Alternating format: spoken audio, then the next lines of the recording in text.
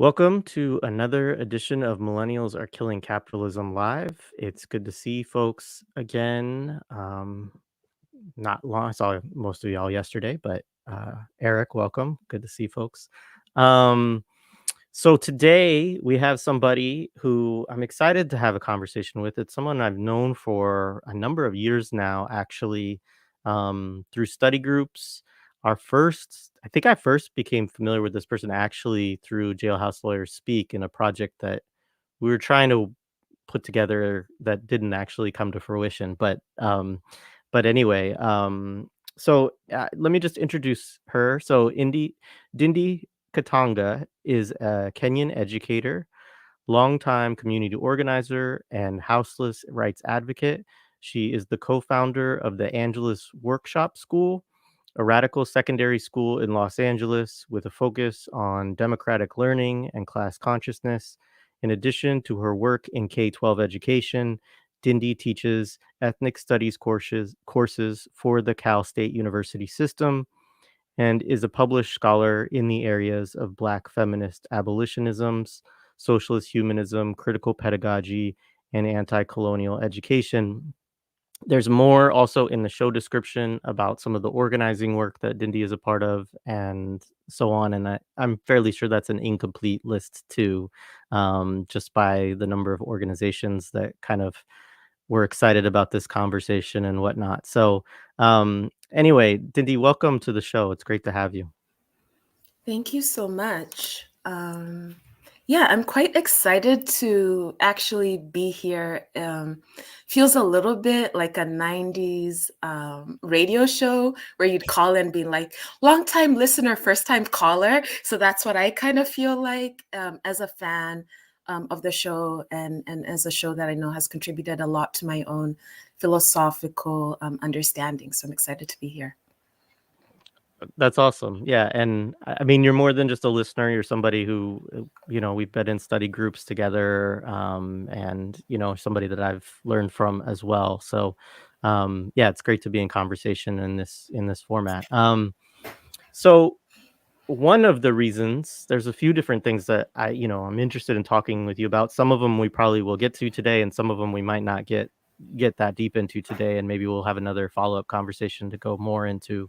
But you referenced recently in a conversation that there's an organization that you work with that's a Marxist-Humanist organization. And actually, that's the second question. So let's just put that on hold for a second. Sorry about that. So to start, maybe before we get to that, could you say a little bit about just kind of your own political and intellectual journey, just to kind of ground us in some of the things that we will get to in the discussion? Yeah, sure, of course. So, again, my name is Ndindi. I'm an educator. I grew up in East Africa in Kenya, moved to the United States as a young adult. I was 18 years old. It's been over 20 years now. And so I grew up with some middle class advantages, but kind of the rest of my family was and remains very poor in rural Kenya.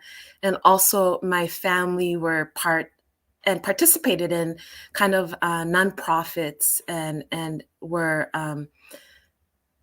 the work that we did is we worked in Kawangware, which is the second largest slum in Africa.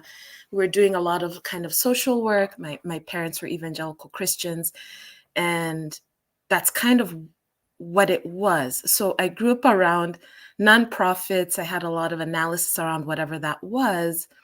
And also in the 90s, there was always this fervor and I'm going to call it maybe the promise in my naivete at the time as a middle schooler and teenager in the 90s, the promise of liberation was part of everyday life as I understood it. So we looked at our anti-colonial struggles, which kind of ended in us getting nation statehood and what have you in the 60s. But I've always understood those to be unfinished revolutions. And in my growing up, I understood that these things were unfinished. And the question for me was, what can we do to get there, right?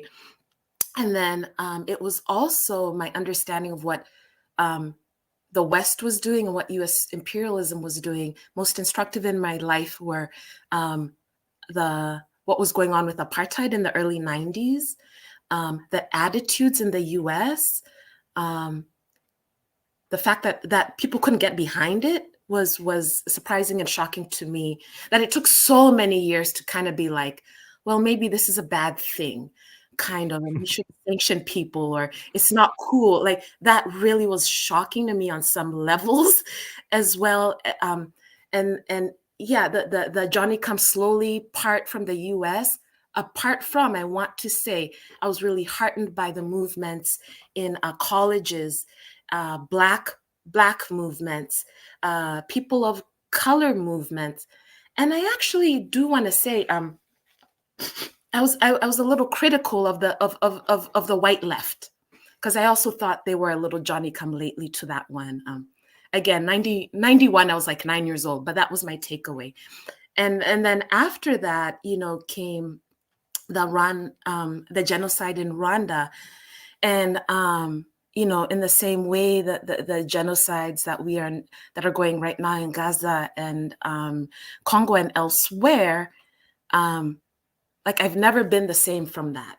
Just the 3 months in which almost 1 million people were like massacred in front of my 10-year-old eyes, without anyone trying to consider what was going on, as these people were human, and also the West exacerbating and making the situation worse. I understood this to be going on.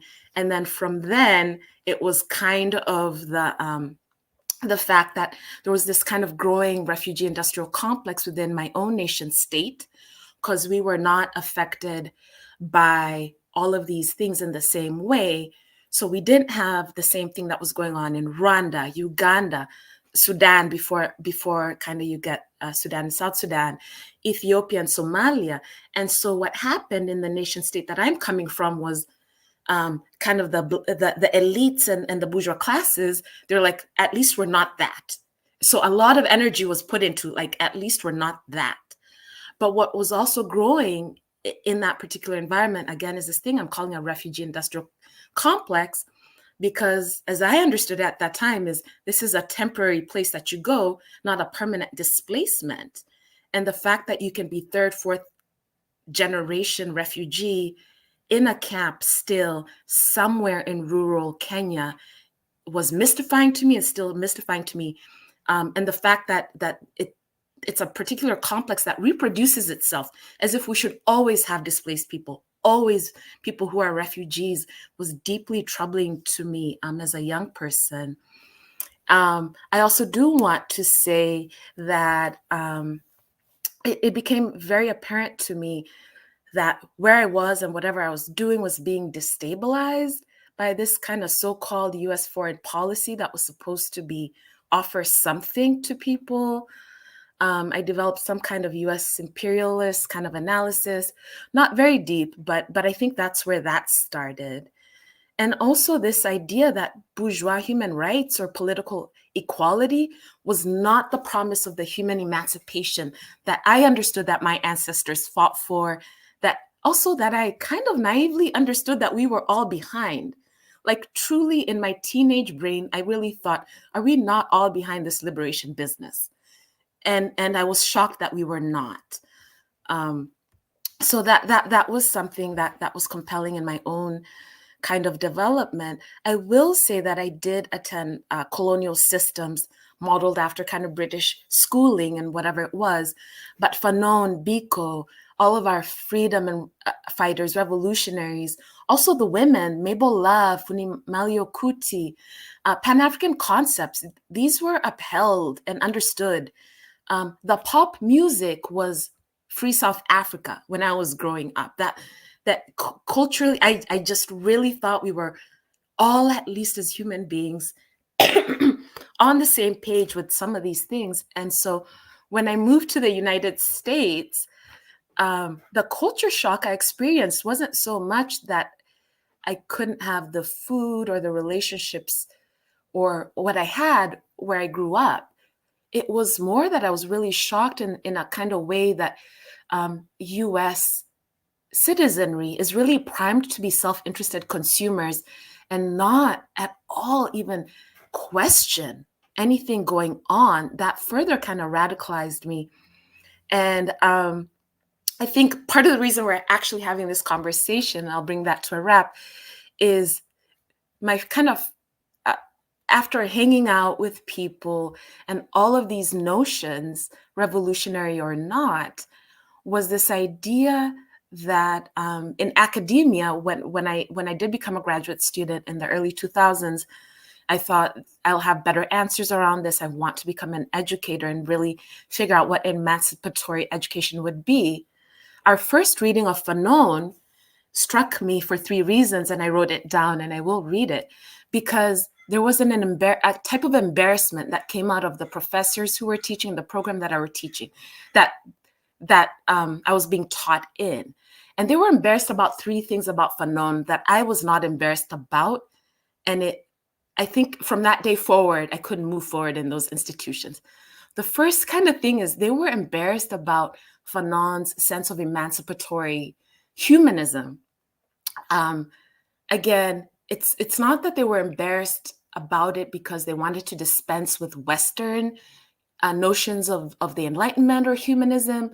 They just kind of, because they were postmodernists in a way, they just couldn't figure this out, and they were embarrassed that there could be a sense of, within that framework, a sense of an emancipation of whole peoples, right? The second thing was they were very embarrassed about Fanon's Marxism. I want to be clear, he never called himself a Marxist. He hung out with some. And as one of my good friends, Peter Hudis, says, Fanon was probably more Marxist than most of the Marxists of his days because of the way in which he understood political economy and the way he's able to really kind of stretch Marxism to a particular context. So they were embarrassed about that. I didn't think that would be something that needed to even be defended. And then the third thing is they were embarrassed about Fanon's conceptions around violence. And as I understand it, the way Fanon framed it is violence is kind of a fact of everyday life, but the colonized intellectual just doesn't see it at all. And so it seemed to me interesting that I should be embarrassed about my freedom fighters, the Mau Mau, or anyone else who revolted and rebelled. And so for them, Fanon was a kind of like a, get behind this person for identity-based reasons, and so that you can feel better about yourself. And I was like, this is not a radical revolutionary understanding of this, whatever I may or may not get about it. So, yeah. That's fascinating. Could you say a little bit more about the postmodernist aspect for them, and like how did this embarrassment kind of come across? Yeah, Or I like think how was it conveyed? Like how did you sense it? the sense of it is Fanon is interesting and important to us because he deeply describes and explains the inferiority complex that Black people specifically experience. And that seemed for them to be a thing to explore and investigate deeply versus how we get out of that, or understanding the structural dimensions of that. There was a lot of navel gazing around that. And it's, as much as I'm a Black queer person, I want to be a free person. Like, to me, that's a total thing. And the way I understand Fanon, and I think all of the people that we're going to talk about today, from Marxist humanist perspective, the reason they're interesting to me is because they're interested in a total philosophy, a total way out. And this didn't seem to be that. So from the postmodern perspective is, well, that's just one person's taboo or one person's way of doing something. If anything, it was kind of regressive and relied on anthropological As much as they were calling it non-Western, decolonial, I went to a program specifically because I was interested in anti-colonial education. And the way they talked about it made it seem to me as if who I was as an Indigenous African person, who I was as an immigrant to the US, or who everybody was in this ship was like, there's a fixed essence in time, and maybe you can return to it, and that will make you feel better about yourself. I'm like, I don't know, dude. There's a whole lot of people up in prisons. Can we not? Can they be free? Like, it really was offensive to me, not just intellectually, but I want to say, quite frankly, in the ethnic studies world, we call it like spirit murder or something like that. I dispensed with it. Like, it was not just intellectually not cool, but psychically something outside of what I wanted to participate in. Yeah, no, I appreciate that a lot. That's great. Great, because I think you're talking about something that a lot of folks have experienced with, and in some ways, I mean, it's interesting because it sort of replicates like some of Fanon's own experiences with, you know, Western humanisms and stuff like that, just sort of like the inadequacy of these things to be vehicles or vessels of liberation, and the inability of you know these folks to even see kind of and the navel gazing aspect around Fanon, and getting all into just like, let's think about the oppression, as opposed to let's think about how do we upend these systems. um So this takes us to, the next topic that we want to get into, which connects very much with what you've kind of laid out, which is Marxist humanism. I know you're a part of an organization, a Marxist humanist organization, and you write and think alongside folks from this organization. And there's a connection I see here, obviously to Fanon, and I'm sure we'll talk about that, but also to your the educator, the radical pedagogy, right? These things seem connected to me. And I think probably, as you've already laid out, there is a connection to colonialism and like real decolonization, a finished project of decolonization, to say. So first, like, because we haven't talked about it a lot on our platform, like, what is Marxist humanism? And how would you describe some of the key components of it, and maybe how they relate to some of the things that you think about in terms of practice or organizing or education? Okay, yeah. A big question. Let's see. Okay, so I would say that Marxist humanism is really a tendency interested in an alternative to capital that considers kind of both objective and subjective dimensions of domination. If you kind of look on the website with those folks that I engage with and write with, it says for a humanist alternative to capital. I, when kind of adopt the label of humanist and humanism, I never thought for 20 years of my life in the United States I'd be fighting for my life, for several reasons. Because I think that the humanism that I've always ascribed to and that I've always understood is, again, not that is a Western understanding of it, one that comes out of the Age of Enlightenment, the one that kind of centers man. I mean, I'm sure I don't have to preach to anyone on here. I think a Sylvia Winters is important. I think a Fanon is important for the reason that they really actually break down how and why that's not what we're going for. I actually did not realize on some levels that when we're talking about humanism and humanness, that the ways in which Marxist ideology, and I'm going to call it that because I think there's a lot of that, and I'm not a Marxist ideologue at all, has in many ways always either imposed that on people or hasn't been cool to people who actually want to better understand questions around political economy. And so I always want to admit that, and really not apologize for my sense of what we're talking about.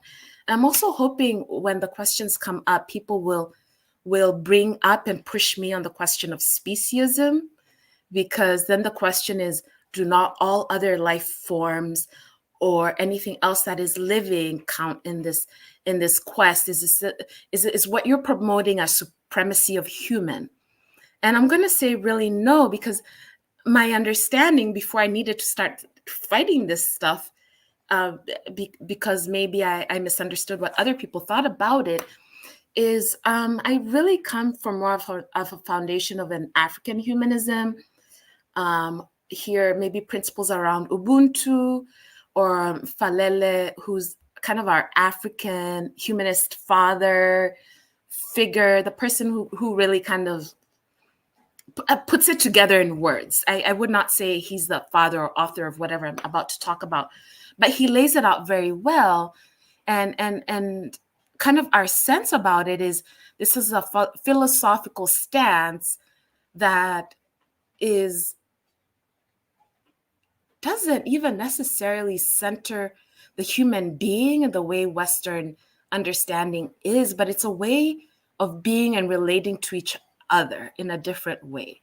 And so that's actually how I found my way into the Marxist humanist circles, from that understanding. Yeah, I'll say that. But generally speaking, kind of my politics are Black revolutionary politics.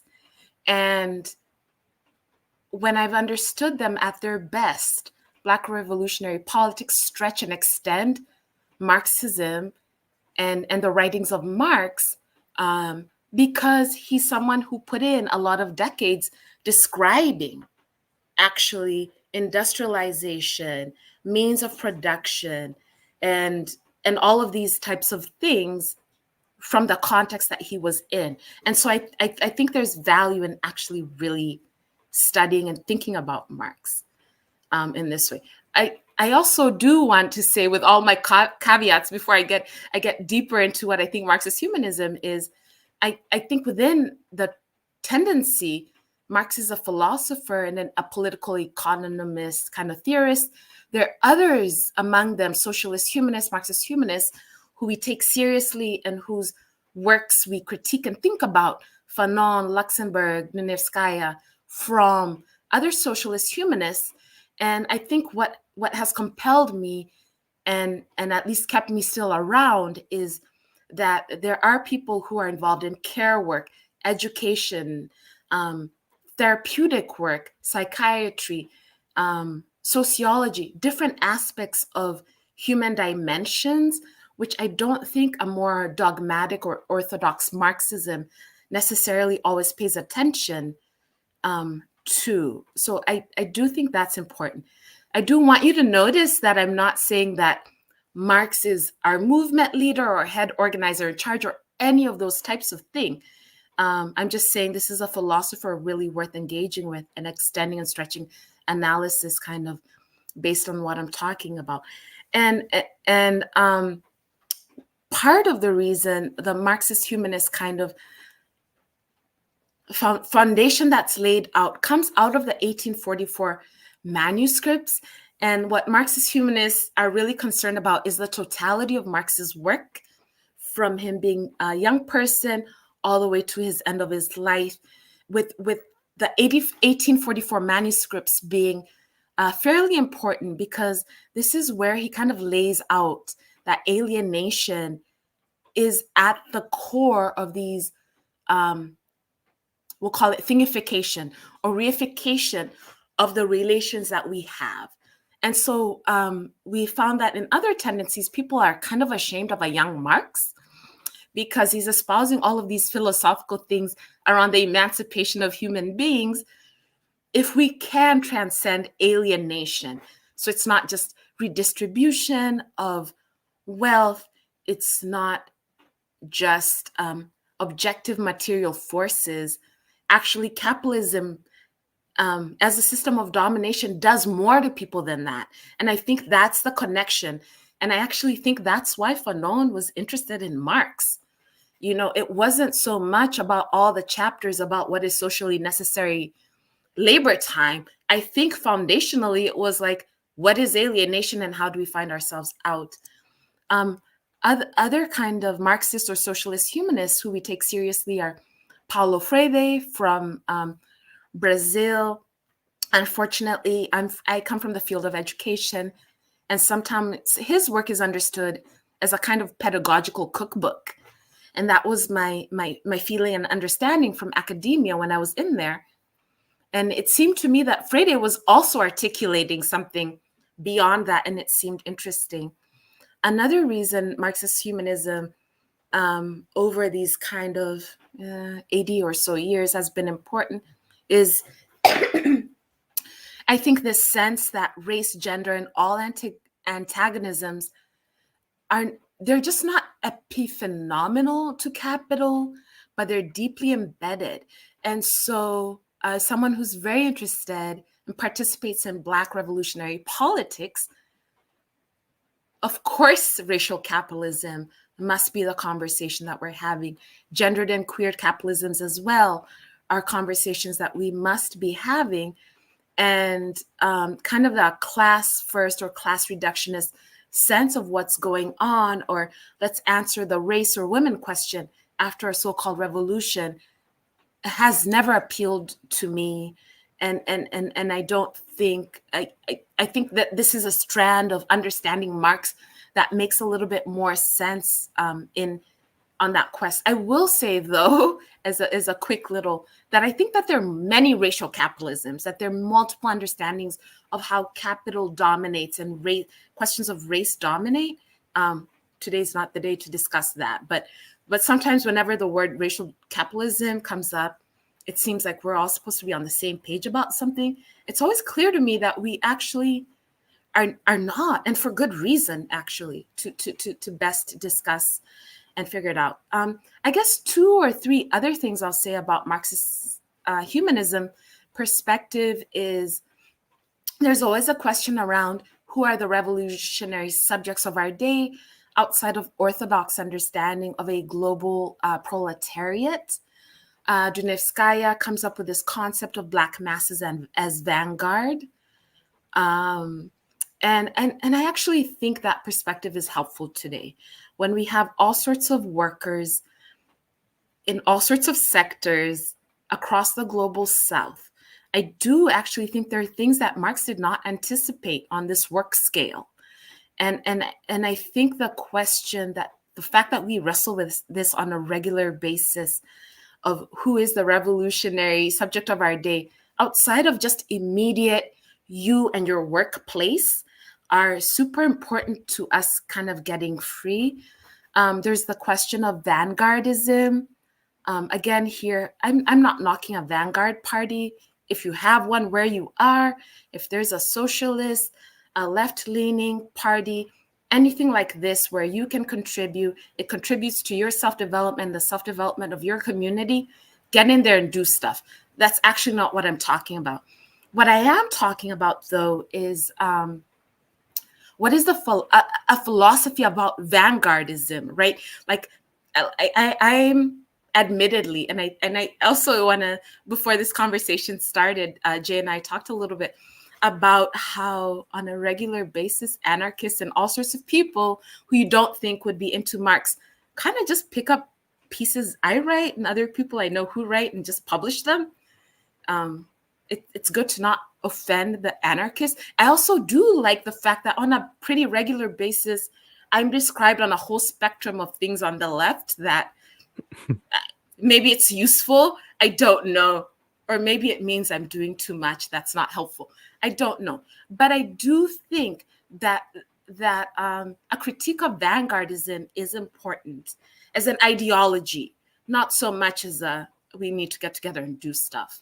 Part of it is something Marxist humanists think about. And I think that's the prevailing question of my life, which is what type of ways of getting together, what types of ways of organizing school, as someone who started a school 10 years ago, um, any of it, what kind of organizing, any of it is humanizing, effective, moves us forward. And so I'm not knocking the vanguard party. I'm questioning, based on history, what parts of that didn't work for us. And I think that perspective offers that. And I think the reason that perspective offers that is because Nevskaya, who is kind of the US Marxist humanist who comes out of this tradition, is someone who translates first those 1844 manuscripts, and also in the US kind of context, as what we understand to be the Soviet bloc starts to break up, is thinking about, in that European context, how and why did this happen? How and why did the promise of full-on revolution and emancipation of people not happen? So like that to me is always interesting. So I'm always interested in movement, people, organization, and what have you. And so yes, I'm going to say all that to be said. Marxist humanism, I think abolition and emancipatory education, in that strange way that I brought it together, I think they are connections. Yeah, I appreciate that. So let's talk a little bit more about Raya. You said Dunyevskaya, is that how you say it? Yeah, Yeah. I think so. And so folks may or may not be familiar with her, or they may have come across her at certain points.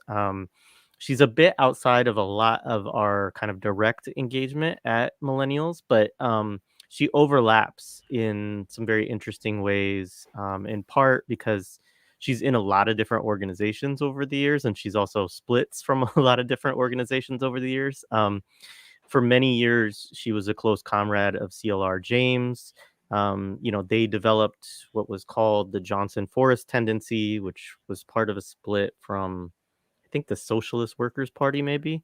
Yeah. Um, and they're also very influential in the development of different radical politics in Detroit, Black radical politics as well. You know, there's it's I don't see them necessarily as central, but they always come up. Like, for instance, in the League of Revolutionary Black Workers, or in the book Detroit, I Do Mind Dying, like there's always sort of references that like certain members of the League were involved in study groups with them and stuff like that. And so, I can't remember if it was Josh Myers or David Austin, but one of them we had a conversation with once, and they were like, I think it was Josh Myers actually. He was like, I can only Yeah. describe CLR James as like that he had a bunch of radical cells that he like would go around the United States and study with people, right? That were in movements and stuff like that in the 60s. And so Raya's kind of in that same, you know, milieu, those same groups of people. There's connections to James Boggs and Grace Lee Boggs, Charles Denby. I feel like there's definitely a connection with James Yaki Sales just based off of his own readings of Fanon and his focus on kind of the human emancipation. Like, he has a very kind of Marxist humanist read, I think, on Fanon too. Mm-hmm. But in particular, you've written about her work alongside Fanon, some of her engagement with Fanon, as well as um, her engagement. Well, you were looking at it alongside the developing consciousness of people and movements against racialized police violence. Broadly speaking, we could call it the Black Lives Matter, movement, but those movements against police violence in recent years, and her examination of African anti-colonial struggles, which is also something that she was interested in, unlike a lot of other, well, I won't say none of them, but she was somewhat unique or unusual in that regard among white left folks in that era. Um, so can you say a little bit about this, about the kind of theoretical relationship that you see between Danyevskaya, Fanon, and kind of anti-colonial struggles or Black radical struggles? Yeah, I'll yes, I'll give it a good try. So I think one of the things in the past, maybe 10 years or so, within kind of this interdisciplinary business in education and in all sorts of field in care work, is the question of what to do on the left with identity-based or identity-first movements. I want to say this because this is really how I ended up having deep dives and all sorts of conversations with people around the question of identity and what is to be done around that. And what I think always written, and what I think I still maintain, is I also see them as incomplete. I don't think it's important to have all sorts of deep antagonisms with people who are trying to overcome the psychoaffective dimensions of oppression based on being Black or brown, or right now I'm talking about BLM. That's why I'm talking about Blackness. And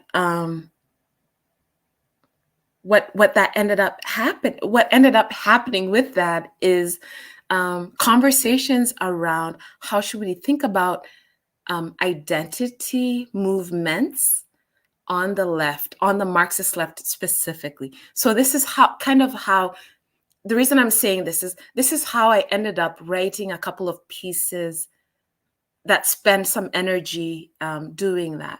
In the same way, I always talk about them as being incomplete.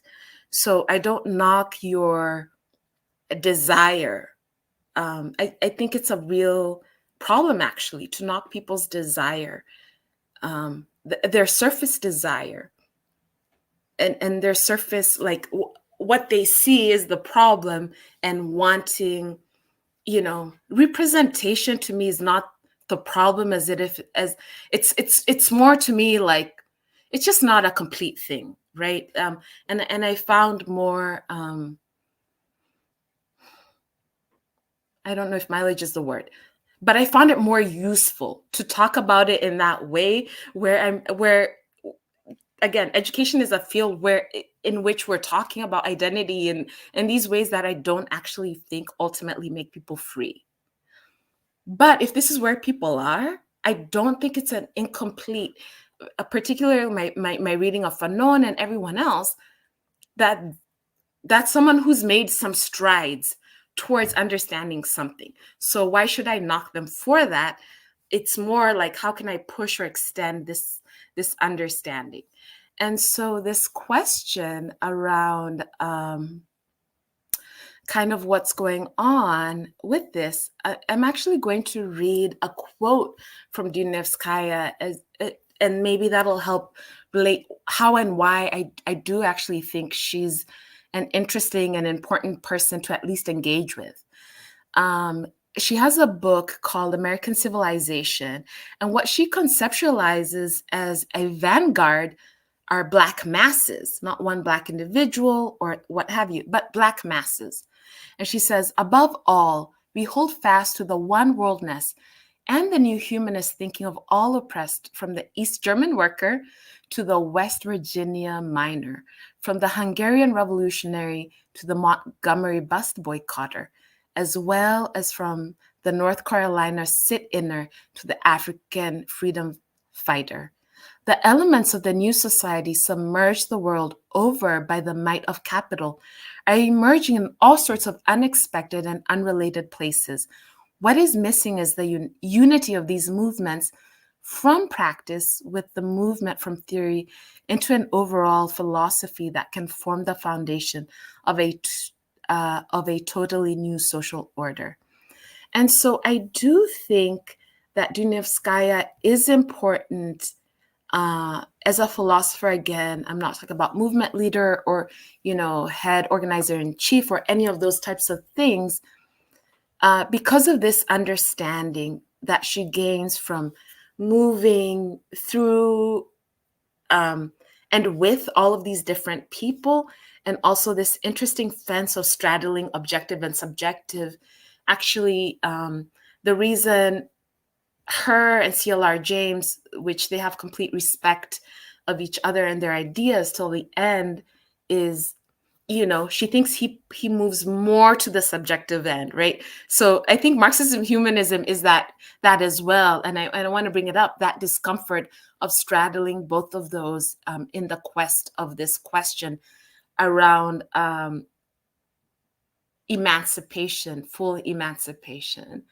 And I think for that reason, maybe as a tendency, it's not, calling it a tendency might not be as important as understanding it as maybe a philosophical place where people hang their coat. Might be a better way of thinking about it. At the same time, Dunevskaya also, like, the objective class reductionist, materialist, like, they also don't find, like, that's where and I think you're right, like, this is why this person moves in and out of that. I want to make sure I answer fully this question. Okay, so within kind of this African anti-colonial struggle, I think, again, what's going on for the two of these and the way that they understand each other, as Dunevskaya at this point has written about and thought about why has this Soviet bloc thing not worked out, has a theory of state capitalism, is concerned that the kind of state capitalist orientations or what have you that have happened in Eastern Europe are going to find themselves again in Africa with these revolutions.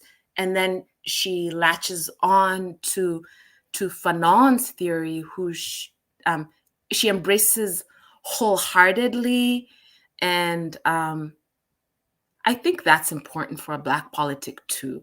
Like, Dunevskaya didn't put energy into trying to, like, how can we fold Fanon into our project or whatever. It was like, this is what's up. Let's go with that. And I found that to be useful. Hopefully that was helpful. Yeah, thank you. So yeah, I should say I put a link in the chat also to the book where that chapter that I was sort of referencing in that question comes up. And there's another one. I'll try to find the link to it as well. But there's a separate piece that you wrote, also thinking in part with Fanon. It's titled Anti-Colonialism and Humanism. In it, you grapple with anti-colonial nationalism in the African context through the history of anti-colonial struggles there, particularly, as we've already kind of talked about, in the latter half of the 20th century.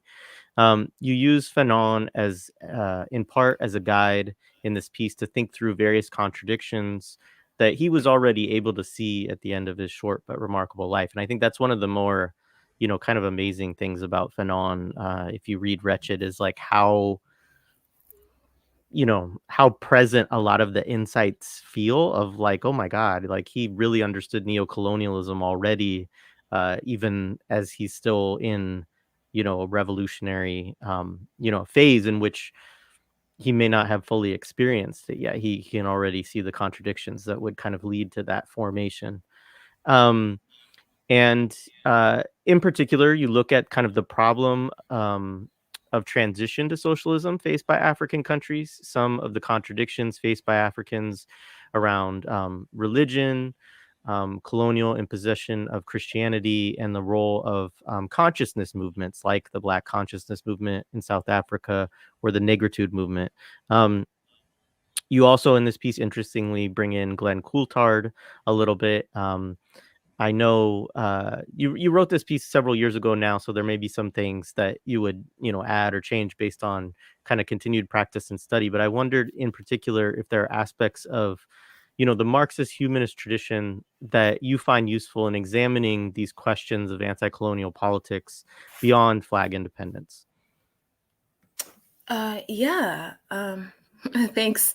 This was another one that I thought, oh my goodness, I'm going to need to try and explain, like, the past 25 years of my life. But I do think I'll start with Coulthard, actually, and Fanon a little bit. I think the fact that they identify politics of recognition as an animating force and something that colonized subjects are interested in is important, because both of them also recognize that this is not the end point, this is not the landing page, this is not where we need to go. However, Coulthard, of course, taking from Fanon, and Fanon, whose development, moving from someone who understands himself to be a French person, from Martinique, fighting in a war that he recognizes, like, oof, and actually becoming politicized through his movements to really understand not just himself, but his patients and who he is and he's engaging with in this kind of drama or play in a politics of recognition, and that mainstream liberal bourgeois understandings you actually can fold into it properly. That you can get what you want out of just playing that game, being recognized not as a human, no, but as maybe someone who has suffered, maybe, again, reification is the word I want to bring in, or thingification, a thing within capitalist system, which is maybe less dehumanizing than the thing that you were before. I think that's deeply insightful. I think that's super deeply insightful, and that anyone who's been able to extend and move us forward from that point is helpful. Yeah, that the development of Fanon, and actually I think that the development of Fanon as a philosopher, because he doesn't write as one, if anyone has a chance, it's a thick one. Alienation and Freedom. It's plays, it's psychiatric writings. I am so incredibly grateful that you had a therapist on yesterday who did quite a lot of work. So I'm not even going to attempt. But I thought her insights were really spot on when it came to that. That's a huge dimension of what needs to happen, but it's not the full dimension. And both of these people, Coulthard and Fanon, absolutely kind of recognize this. And so this kind of motion or forward movement where Fanon has insights that are almost prophetic, I actually think are very much compelled by this understanding. This idea that, let me scan a little to see where it is.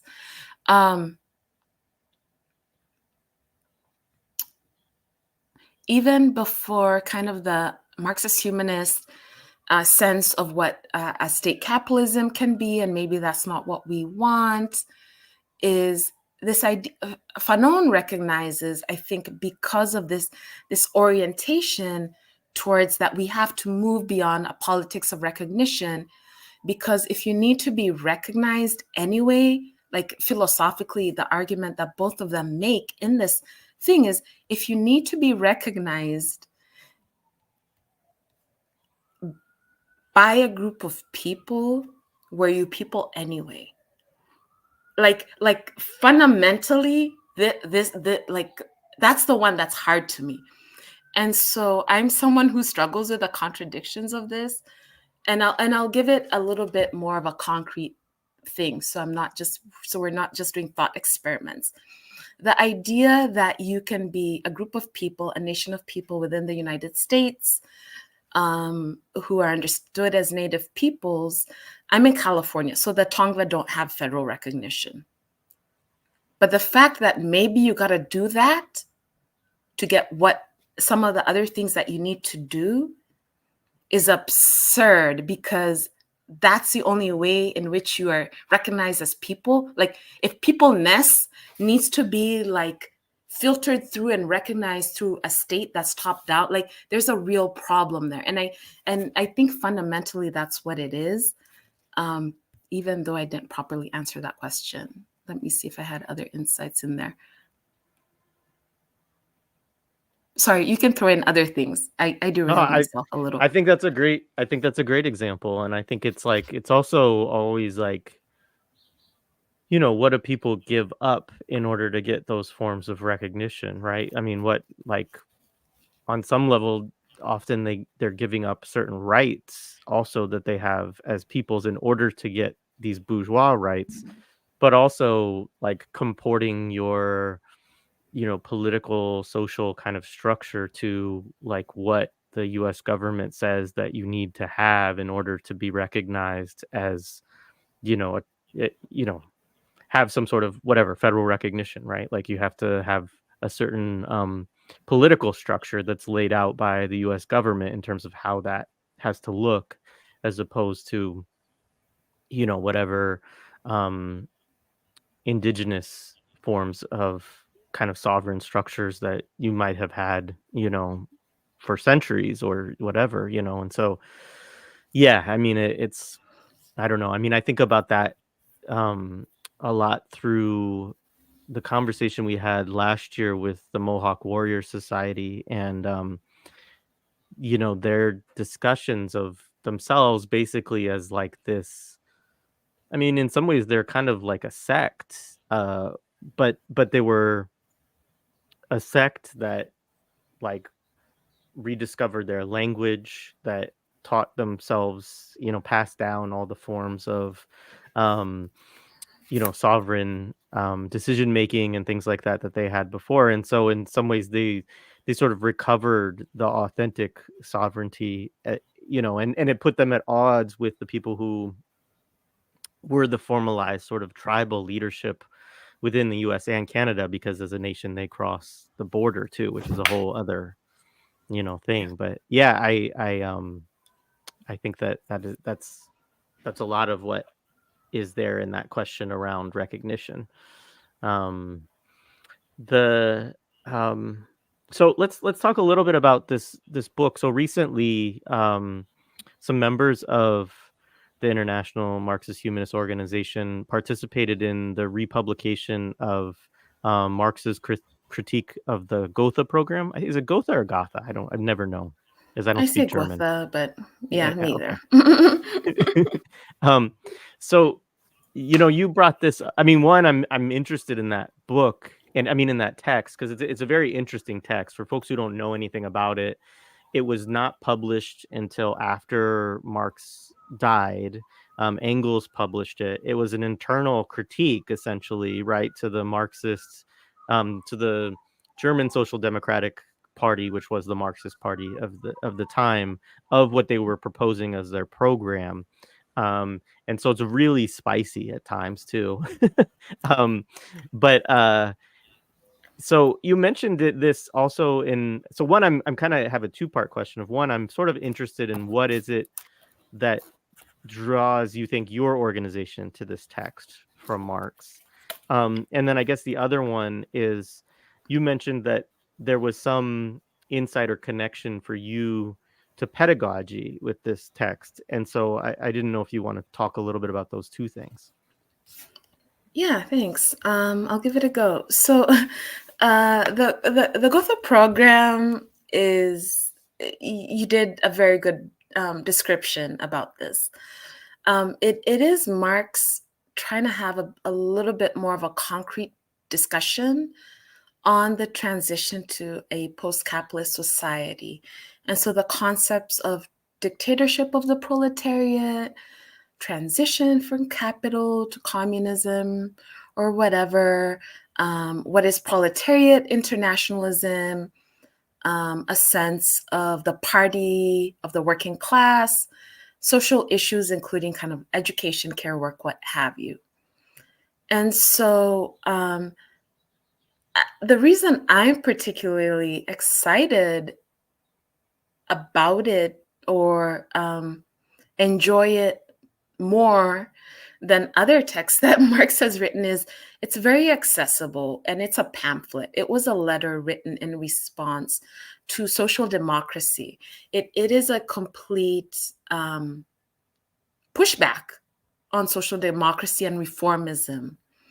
And I think that's actually fairly important to our day, and very relevant to our struggles. That's why I brought it up, because again, for me, Marx is a philosopher who's kind of described some things that I think are important to explore. Okay. So kind of what comes out of this text is a sense of redistribution in itself. Again, of course, we're going to redistribute reparations all day, every day. That's not the fundamental problem that we have when it comes to what we're talking about. And in there, the young Marx kind of emerges again, where it's a kind of like, we want to emancipate human beings, not just from labor in the way we understand it, from all of it. And so just taking the means of production is not going to end the system of domination that we're calling capitalism. And it's accessible in that way. It is actually a really good study group kind of reading. He confronts LaSalle, if anyone wants to talk about that. Reformism as opportunism, I think, is really important when we think about some of the organizations we have out here pushing reform and using that as an opportunity to not actually do what we want, get us free how we want. And then I think one of the things that actually came out of the organization I'm a part of that is kind of fairly important to what we're talking about, that might help us a little bit, is there's the question of what role will the state play in a future society? And the role of the state is important to everyone on the left, anarchists, Marxists, everyone, however it is you understand yourself. And in this new translation, kind of what happens is we understand that the word state and state functions are not being used the same. And so that gives me a lot of comfort as someone who is critical of vanguardism and some of the statisms that we see out here, to understand that what Marx is talking about is state functions, I think is useful and might actually move us forward a little bit. There's this idea that Marx really doesn't talk about a centralized state plan, and that it actually is as philosophical as some of the other ones, right? There's discussion of transitional phase, dictatorship of the proletariat. In this case, is more of like a democratic worker state in the way he thinks about it. But I'm not going to really belabor any of this, as much as I'm going to kind of talk about on the educational scale what I think is kind of useful here, in case there are people who are more on the statist end of it, or more who want kind of that understanding. And so I think this tradition or tendency that I'm talking about doesn't have so much of your traditional triangle when it comes to base and superstructure. And let me say, this is what Marx says in that paper. So what people are proposing is universal education. Of course, we love it, and it's free and everyone gets it. But Marx says equal elementary education, ?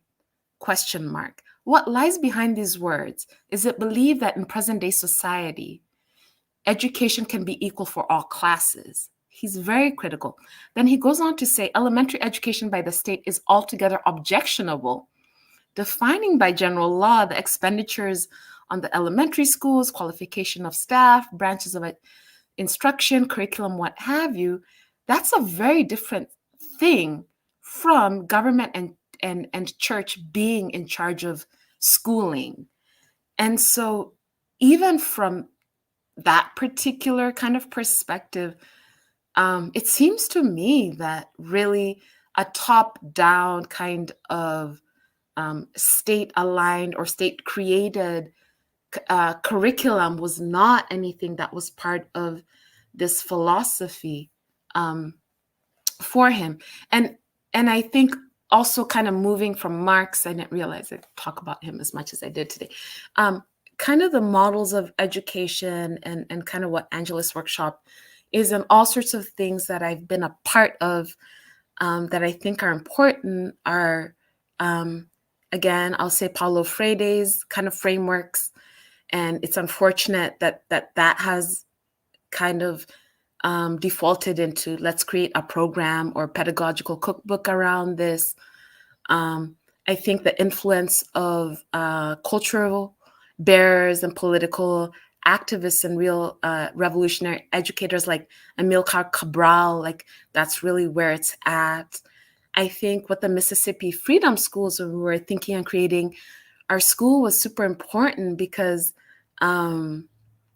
Snick's Charlie Cobb of this nonviolent stuff will get you killed and how guns made the civil rights movement possible. When they thought about education, even though it was for a summer, really what they say is such a program should and would and empower young people to articulate their own desires, demands, questions, to find alternatives and new directions for action. And so also Amilcar Cabral, I'll say his sense of it is the issue of education cannot be treated separately from the socio-economic question. And he's interested in really conscious building, intelligent, useful, progressive being integrated into the world, and being the world of the learner being a geographic, economical, and social environment.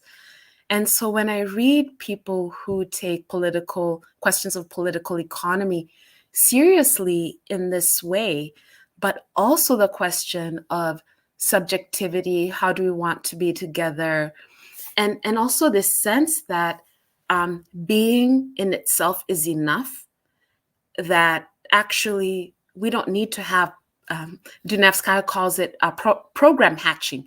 We don't need to hatch a program so that for those purposes, in itself, it's enough. If all that people get out of what we're trying to create as a revolutionary education is self-development, self-knowledge, and those aspects that Cabral and all of those people I talked about before, if that's the end point of that, I can be satisfied with that, because I do think that there are real problems of how we want to be together. If it's, the reason we have an educational problem, an educational program is so that people can like militantly do a thing, is I'm not sure, because my sense of it is, of course, we must struggle in this moment, but also experiment as to what schooling and education must be in the future. And the way I understand it is you being and in being in yourself should answer the full question. Well, thank you for that. That's great. We have, so audience, we've finished the questions that I had prepared for this. So if you have other questions, feel free to drop them in the chat. There's one that I'll bring up that somebody asked early that's just kind of a simple question. This book just came out. I assume they're talking about Adam Schatz's recent biography. And I didn't know if they were asking if you had read it, and I didn't know if you had, so I thought I'd raise it. I have not read it. I'm very curious about it. I'm curious. It's on my little list. Yeah, I'm curious about it as well. I'm a little bit hesitant on it too, because of the piece that he wrote after October 7th that we had. It was, I think, our first conversation with Abdul Jawad Omar was actually a critique of that piece. But I'm still I'm interested nonetheless. I mean, Fanon is a fascinating figure, and so I think that there is a biography. So Peter Hudis, is that how you say it? He's a member of your organization, and he wrote a biography of Fanon as well, right? Mm-hmm. Yeah, Philosopher of the Barricades, I think it's called. It's on Pluto Press. So yeah. Are there anything from that biography that you take particularly? I know this is like a spur of the moment question. I'm putting you on the spot, but No, that's completely okay, and I'm glad that that question came up. Um, I do think that sometimes the way in which Marxist humanism is described or explained, that it can suggest that there are people there who would equivocate on the question of Palestine. I reject that completely and wholly. I do not understand that to be part of what we're talking about at all. And yeah, you're actually right. You did bring me back to that piece, and I thought it was shameful. mm, mm. I didn't even. Yeah, I wasn't even trying to connect you to that. But yeah. No, it's Um. good. All right. So here's another question. So so excited to read the writings mentioned before. If there are any that Dindy thinks would be particularly good starting place. I'm assuming this is with your work. So there's the one I put in the chat, and then the other one. So there's a book on Donetskaya, which is where one of them comes from, and then the other one's from the journal, right? Hmm. Okay. Yeah, I'm of the mindset that that book was specifically about Dunevskaya. So that's why that's heavily about that. I do think the book chapter is solid in the sense that I was able to pull aspects of what Black movements mean to kind of the Marxist humanist tradition. At the same time, it was very specific. And it was also specific to an interesting cultural moment that we started to try and look and understand if there was such a thing as an intersectional historical materialism. That actually has been our quest for a couple of years, is what are we to do around these questions of race, gender, sexuality, what have you, as people who don't understand it to be on the side of what Marxism is. If you're interested in that, actually, that's a good one. Otherwise, I'm a big podcast it, um, do it that way. Yeah, I I can maybe not right now at the top of my head, but maybe later create a good list of what to do. I understand it's very daunting when you think. I always think to myself, I want to know everything and anything about this whole thing before I make decisions about what I'm going to do. Ultimately, that's not how I've made any decision in life. It's just kind of like I know enough to keep going, and then I know a little bit more, and then here we are, and then it's very awkward. Right on. Um, so this was a good question. So can you expand more on isolation or alienation? I think is also what Michael's referencing here, and what capitalism does to us beyond extraction, and its relationship to how we want education to be like in the future. Yeah. So the question of alienation, um, what really keeps me engaging, really, with the Marxist texts, is not the whole conversations around there's means of production. This is what the mode of production that capitalism is. It's just how it grinds down the person, the full person, not the person at work, the person at home, the person in their relationship, the person in every aspect of their life, right? Like I'm a person who lives in the United States whose entire kind of family, most of family, lives somewhere else for capitalist reasons, right? Like I'm not a tourist or an expat. You know, that's what it is. And so I have found that to be a more animating kind of politic when it comes to how we discuss what's going on with capitalism, more than working out the minutia of this is surplus value, this is socially necessary labor time, or whatever it is. I'm not saying that those things don't matter, but kind of the psychoaffective dimensions of how capitalism affects everyday people. And if you can extend this analysis to the internationalist kind of plane, knowing that there are more people out there in the global south and other places who are even more deeply alienated, right? From themselves, from each other, from nature, and from the tools and means of production.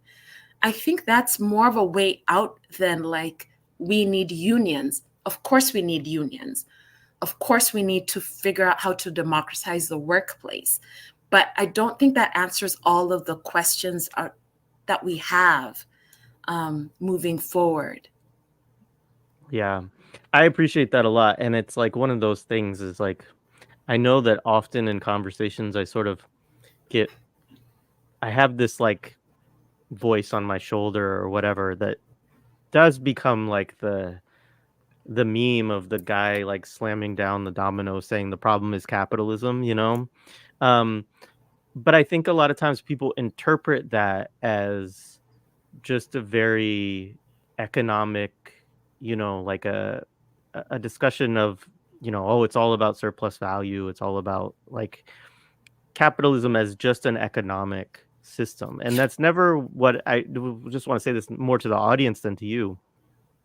That's never what I mean by it, because I don't, that's not, I mean, I've worked in a lot of different types of arrangements and stuff like that. Like, it's not just about the extraction of surplus value that like defines all of what capitalism does to us as human beings, as this global system. And I think that, yeah, I very much appreciate and am drawn to that aspect of the kind of Marxist humanists, philosophy, and see that within Marx as well, of his concern with like, what does this actually do to people? Beyond, not just, obviously part of it is it takes away our money, but like, but there's something, that it does much beyond that in terms of the ways that it um our social relations get forced into these things. And then there's the psychoaffective aspects of it too, like you're talking about as well. So yeah. Um so Yeah. one Oh, I don't, did you want to say something to that? The only thing I wanted to say is, as much as that's a source of that might not make us feel good, um, the fact that capitalism is totalizing in this way, and that most of the people in the way that they express, particular in my context, kind of how capitalism is not working for them, is of course the money aspects, is the time aspects, and what have you. I guess the encouragement that I would kind of pose for everyone, and also something to push forward beyond what you think the future is there are kinder aspects of what we're talking about. Like, you could have a co-op, right? I kind of run a small independent school, and like a lot of the intra and interpersonal aspects of this we're able to overcome because we know how we want to be together. But some of the bigger pieces just can't be overcome. Like, I still at the end of the day have to pay rent to somebody, and certain things have to happen. And so just because a good amount of my thought life and whatever is spent on subjective aspects of what capitalism is, doesn't mean that the rest isn't. And I think a full analysis of the whole thing is going to serve us ultimately. So then we build the type of things that are humanizing to everyone. So as I understand it, is like experiment, and experiment deeply, like see what you can do within whatever this totalizing thing is. And also don't feel bad because you're the one caught up. We're all caught up. Yeah. Um, Another question from Michael was also, can you speak a little bit to Freire and Cabral, and how you know, there is a little bit of a relationship but I think also probably more like pedagogical, theoretical relationship is what's meant here. But I don't know for sure, but both. Yeah. Did you actually want to speak to that, Jay, real The little fast bit of a before I go? relationship as far as I Yeah, know. I kind of am Uh, super interested in what you're gonna say. well, all I know is that so like they're around in the same period, and they're in Freire is in Brazil, Cabral is in Guinea-Bissau. They're both Portuguese speakers, um, and they're both experimenting with pedagogy and radical education in the same period. And um, there's some people I don't know. I think this has been written about a little bit, and I haven't done the necessary reading. There is a little bit of a relationship, as in I think they did meet at some point and have some level of conversation, and there may have even been a slight discussion around education and the kinds of programs that the PAIGC were working on. But based on Sonia Vaz Borges's work on education in Guinea-Bissau, I don't think that Freire was I don't think that he was deeply involved in what they developed in terms of their militant education program, but I think that their education program is very interesting in its own right, and that um, I'll pull up an article that Sonia Vaz Borges has a book about it, but there's also an article which is kind of a shorter synopsis that she wrote for the why can't I think of it, the Tricontinental, the website that Vijay Prashad and those folks run, um and so yeah, I mean, anyways, there is a little bit of a connection, but I think there's probably more of a theoretical pedagogical kind of emphasis in terms of how they think about education, like as a practice, and as like developing anti-colonial strugglers, really. But anyways, I don't know where you would go with it, so those are just the kind of things that I would bring together. Okay, thanks. Yeah, those were the two that I was gonna bring together as well. I would say that both of their seriousness around the question of literacy and what it is to educate a person. Freire, who's working with adults who are illiterate in his context, and Cabral's context is we're in a freedom fight, and we need to get literacy around some of these things, just not the reading and writing, but also critical literacy around like who are we politically, and how do we want to be around that. Also, shout out to Michael, who I do know, who's an awesome critical educator who posed that question. Cabral has this idea that he says really education aims at the full realization of a person without distinguishing race or origin as a conscious, intelligent, useful, progressive being integrated into the world. Again, kind of that statement. And Freire shares those sentiments. I just think they're in different parts of whatever it is that they're struggling for and struggling against at that time. And then Freire comes to be understood more as kind of a liberation theologist through his musings and thinkings. And well, Cabral in that time, very short, is understood as a more militant, in your face, let's go educator. But yeah, I'm not confident that I actually do think Freire's ideas are dangerous and militant. And I do actually think part of what's sad that has happened to Freire is a toothless application of what's going on there. And I'm very grateful that Cabral has not made it yet into properly into these U.S. institutions so that they can do that to him. I didn't want to say that because yeah. Yeah. Well, it's like the same thing as like your encounter with Fanon in that context. Like it's what's happened with Freire, like there's a way. It's kind of amazing, the way that these institutions can somehow take something that's so radical and has so much, potentiality for militancy and struggle and turn it into like, you know, I don't know. What was the term you used with Freire? Like it was a good term. You Like talked about a pedagogical pedagogical cookbook. yeah, cookbook. Yeah, Yeah, it was. exactly. Yeah, Um, I got a lot of vibes, and you'd swear every person I've ever met in the teacher education program is a practitioner of this person, and I don't quite get it. yeah. No, it's true. It's like, I mean, he's like the best, he has this whole critique of the banking model of education, right? Which is still entirely the way that, like all US public schools function through this Mhm. model still.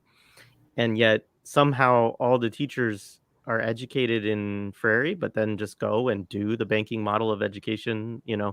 I mean, obviously, there's a system problem there in terms of what the demands are on teachers. So I don't mean to put it at the feet of the educators, but yeah, institutionally, it's kind of amazing that you can introduce people to someone that's so radical and emancipatory in what they are proposing, and manage to have people come away with very simple, basic understandings that, they can then use or whatever, or not use anyway. Well, folks, I think we'll leave it there unless anybody has any final comments. Hopefully we'll have another conversation with Dindi at some point soon. It was good to be in conversation with you. I don't know if there's anything else that you want to say. You also do other organizing, other efforts. I don't know if there's anything you want to uplift there or shout out or point people towards, but yeah, I'll let you have the floor there for the last minute or so if you want to. Oh, okay, thank you. Uh, let's try. So yes, I actually do the Marxist revolutionary thing on the side. My day job is primarily I'm an educator and a teacher, but apart from that, I'm involved in mutual aid. Very much informed by some of the ideas that I try to bring forward today. So it's kind of an we're trying to really kind of not just address homelessness or housing issues. We're called Palms and House Mutual Aid or PUMA. That came out as a strange kind of coincidence because, I was doing something once and someone was like, "You're always dressed like a Black Panther." I was like, "Oh, yeah, we're doing this in Palms, what have you?" Like PUMA, Black Panther. Okay, let's go. But that all came together in about 30 minutes. But however, I think the part of what we're doing there that's very relevant to this conversation is, again, trying to combat reification, or this idea that we should interact with each other in these transactional ways, however much kind of we're dominated by all of these systems. And so that's why we're involved in survival work, but also all sorts of political organizing and education and thinking together about ideas around, and hopefully it carried through. I'm compelled by not just those individuals I talked about, and hopefully that's not your takeaway. I'm actually compelled by what people, everyday ordinary people, do all day long. As someone who's ordinary and everyday and does things all day long, I think understanding what movements are, even when we have the big thinkers to help undergird our understanding, like that's really where it's at. And so that's a project I'm super proud about that I'm involved in. And of course, there's our school. We do call it a revolutionary school, but the way I see it is, maybe one day when you're not here, people might recognize that you're a revolutionary. Otherwise, we just, you keep moving along and try to be principled in practice. So thank you so much. This was super exciting for me. Awesome. Thank you for joining for today. And just folks, I put in the chat links to PUMA, the mutual aid fund folks could support. And you can also find Ndindi on Twitter and other social media platforms as well. So, all right, I will leave it there. Thanks again. Tomorrow we have a conversation with Red Washburn on their book. Um, it's on Irish women rebels and their prison writing. I don't remember the exact title, but anyways, I'm looking forward to that discussion as well. So I'll see you all tomorrow. All right.